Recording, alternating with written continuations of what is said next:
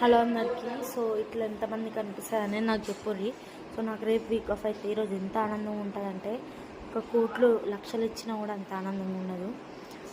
పోయే నిద్ర ఉంటుంది చూడరి, వీక్ ఆఫ్ రోజు పోయే నిద్ర అంటే నిద్ర పోతాం చూడ ఆ రోజు, అదైతే అసలు ఒక టన్నుల కోట్లు పెట్టినా కూడా అంత సాటిస్ఫాక్షన్ దేంట్లో ఉండదు అనమాట. తినే తిండిలా పోయే నిద్రలా.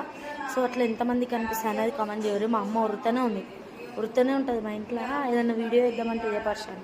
మా అమ్మ ఉరుతుంటుంది, మా అయ్య ఉరుతుంటుంది ఫోన్లో. ఏం చేసామే అట్లా పాడేది.